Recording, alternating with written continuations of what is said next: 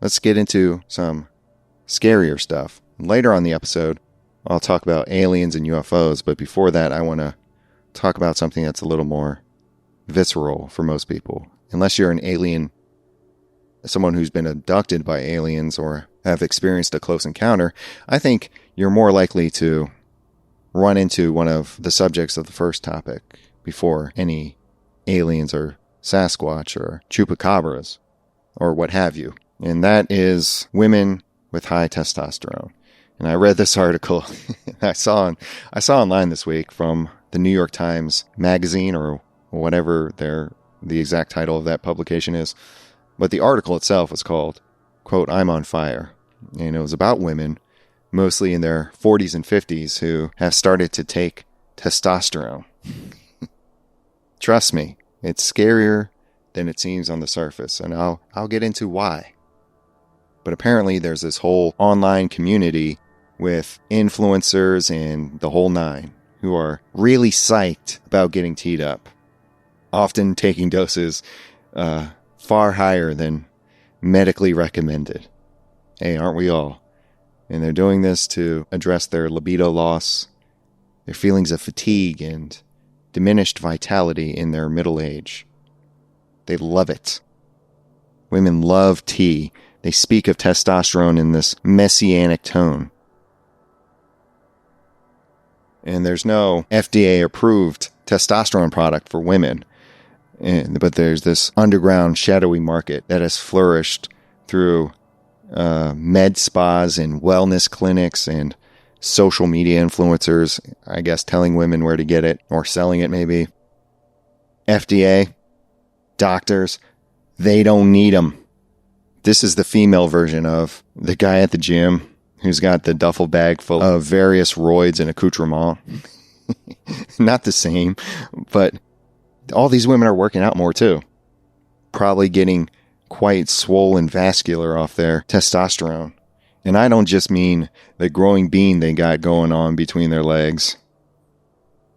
This is more of a gray market versus the black market. Sort of an old school crypto exchange before the regulations were clear.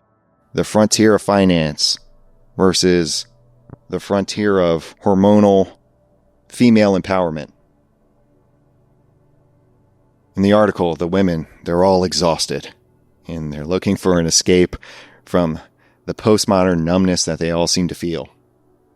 And test is the elixir of the gods for them. These women, they're saying that they're getting better at math, and one said that she started remembering the German that she learned a long time ago. Real type stuff. Max strength. Max mind, maxing their efficiency, and some serious clit maxing going on as well. In vitalist terms, their life force was weakened. They feel disenchanted and disembodied without testosterone. And the tea, it comes in, it enters into their story as a revelation, a remedy, an agent that reawakens the lost spark of their lives. They get the immediate effects, the heightened desire, ambition, power, and they describe not just messianic terms, but they describe the effects in metaphysical terms. One woman says, or she's paraphrased in the article as saying, it was as if she had woken up with a second heart. She felt super oxygenated and light. They're on fire, folks, being consumed and revived by the flame. This is concerning. This is scary. A use of biohacking to make themselves more human than human. You know who else was more human than human? The replicants in Blade Runner. And look what happened to them. Look what havoc they caused. So what do you think is going to happen with these women? They're doing this so they can now have more sex with their husbands. Sex every night instead of the dead bedroom 0 times per month.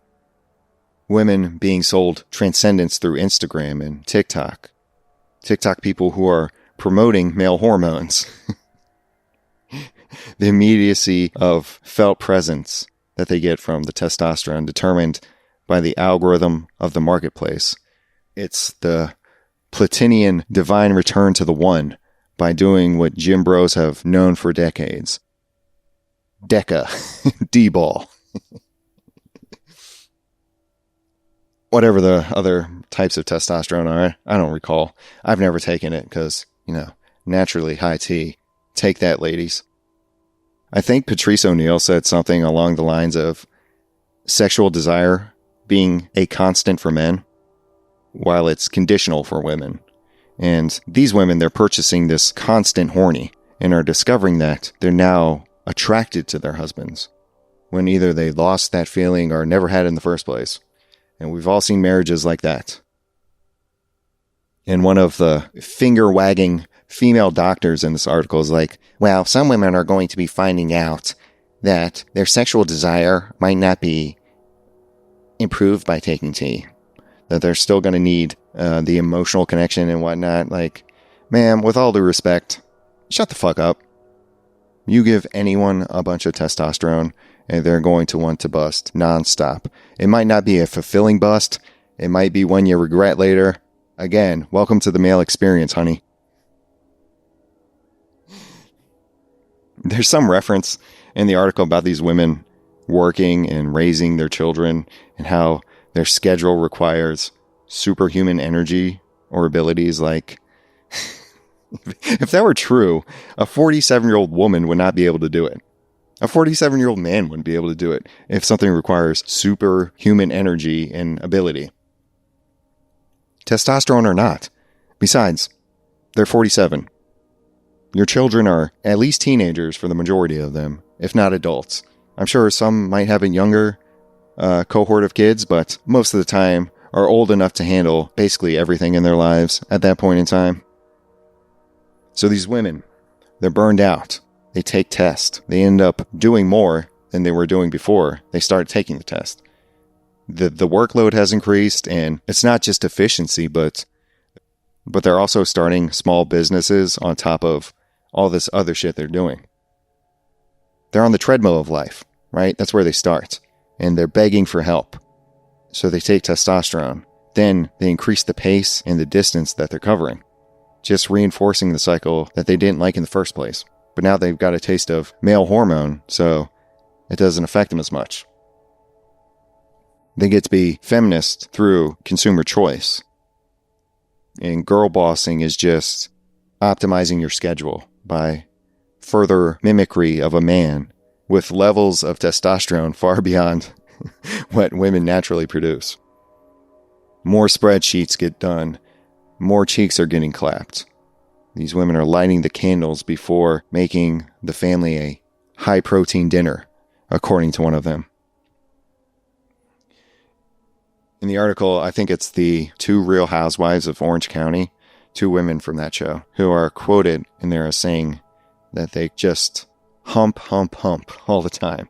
They had to lower the dose after the testosterone pellet ran out because they were too horny all the time.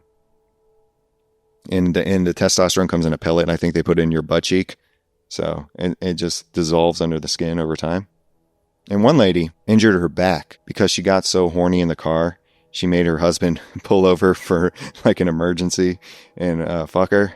And in the process, I guess getting in the back seat and all, hurt herself. So that's what they got going on. There's no time for leisure, rest, community, these things that could solve you feeling overworked and numb to your condition in this world, in this society. No, screw all that. Take your tea pellet, Foyd, and be set upon the world with a gushing twat and a lip full of hair and acne like you're 15 years old. A real 13 going on 48 movie plotline is happening in the upper middle class to wealthy enclaves of America.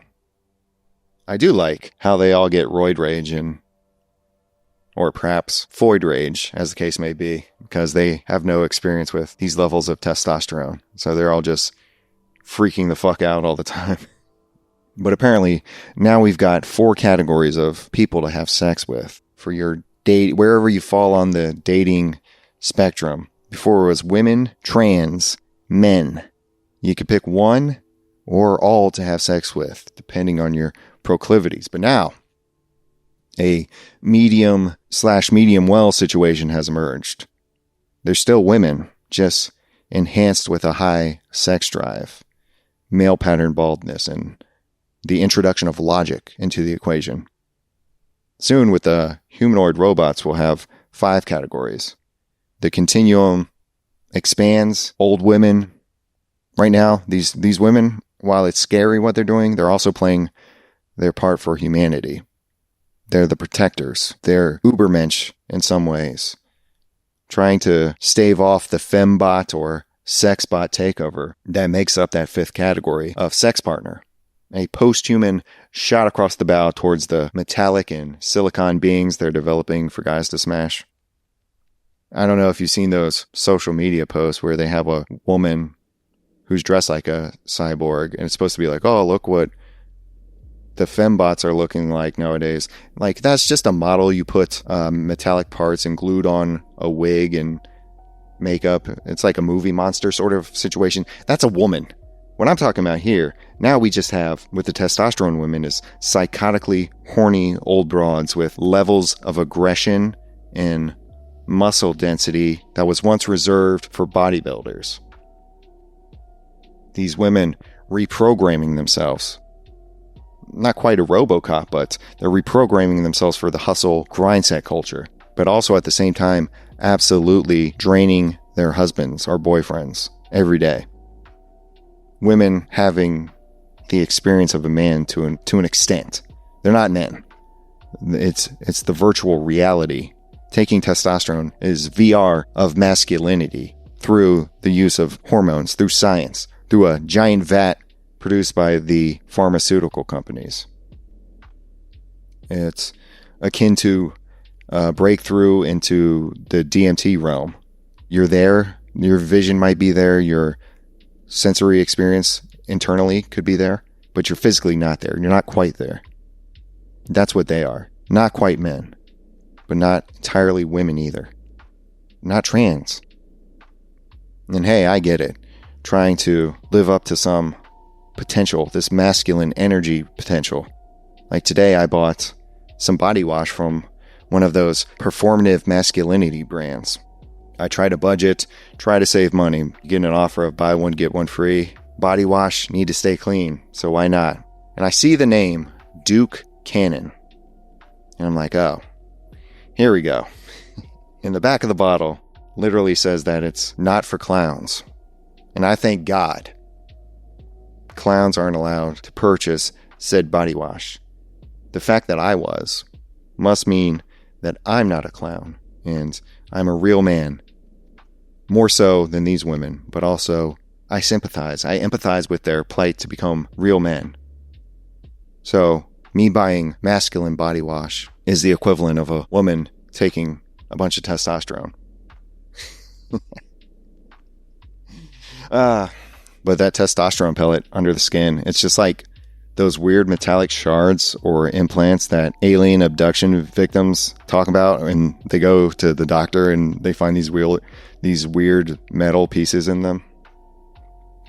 What if we find out that part of that experimentation by alien beings on humans was to create a race of horny, mature Latinas? A group that hits the wall, are abducted by aliens, given this enhancement through testosterone. They're manipulating hormones. And then the women are released back into society, hopped up on Mandos levels of T. Post-wall Latinas. That should be a porn site. Somebody out there, grab that domain. I have a business idea for postwalllatinas.com and .biz, I suppose. Get both of them.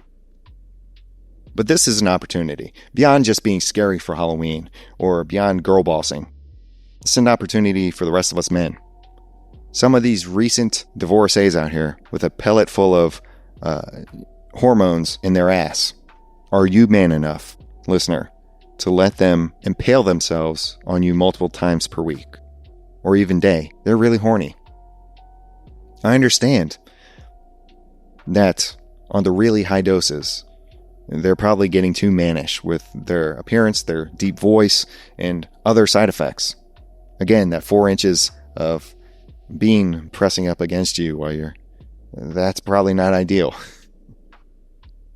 But how about you find yourself one that's maybe on a slightly lower dose? One that doesn't have the more severe side effects, the mustache and all that. So if you're not getting laid, if you're going through a cold streak right now, these women are out there humping furniture. It could be you instead. It could be me. It's dangerous. It's like the experience of keeping a cougar as a pet. This is the metaphorical cougar. You don't turn your back on them, that's for sure. But an old bitch getting geeked up on testosterone pellets is a dangerous game.